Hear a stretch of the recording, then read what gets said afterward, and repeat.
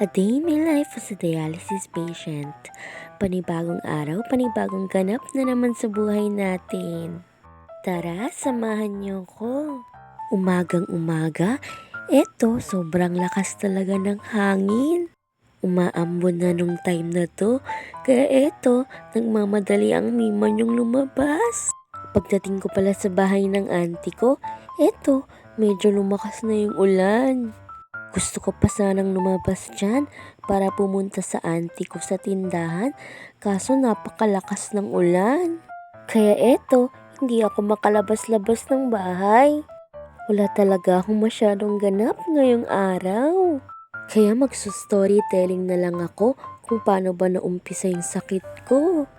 Hindi ko talaga makalimutan yung araw na dinala ako sa hospital.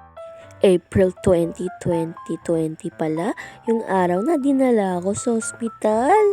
During pandemic talaga ako nagkasakit. Yun din yung araw na dinayagnos ako na may sakit ako sa kidney. Tapos tinanong ko kung ano yung reason kung bakit ako nagkaganito. Dahil sa lifestyle ko. Wala kasi akong ibang alam na kainin kundi puro preservative food lang. Inaaraw-araw ko nang kasing kainin yung mga preservative food. Nung dinayagnos ako na may sakit daw ako sa kidney, ay pina-emergency dialysis na nila ako. Sobrang taas na kasi ng creatinine ko sa katawan. Pero yung mga magulang ko hindi pa pumayag na ipa-emergency dialysis ako. Baka daw madaanan pa sa paggamot. Ilang araw din akong ginamot. Pero ayun, ganun pa rin. Kaya sa bandang huli, pumayag din ang mga magulang ko na ipa-emergency dialysis ako. Dahil kapag hindi, ay mas lalong lalala ang sitwasyon ko. Nung na-emergency dialysis pala ako, hindi ko na alam kung anong nangyayari sa akin. Sa sobrang taas siguro ng creatinine ko sa katawan. Nung panahon na yun, sobrang hirap talaga. Pandemic kasi yung panahon na yun eh. Akala ko talaga yung dialysis ay hindi lifetime. Pero lifetime pala. Ilang weeks din akong na-admit sa ospital.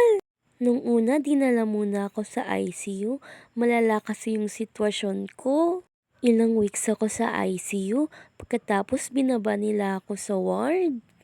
Nung pauwiin na sana ako ng doktor, kaso bigla akong inatake ng hingal. Bumaba kasi yung oxygen ko sa katawan. Ayun, hirap na hirap akong huminga. Kaya ayun, napagdesisyonan ko na magpatubo na lang. Kaso nung mga panahon na ito, hindi pa ako pwede magdesisyon dahil wala pa ako sa tamang edad. Nung una, ayaw pa ng mga magulang ko dahil takot talaga sila. Pero nag-i-insist talaga ako, hirap na kasi akong huminga. At sa huli, pumayag din yung mga magulang ko dahil nakikita nilang naghihirap na ako. Ipagpapatuloy ko na lang pagsa-storytelling ko sa susunod ng video ko. Maraming salamat. Hanggang dito na lang. Bukas ulit. Salamat!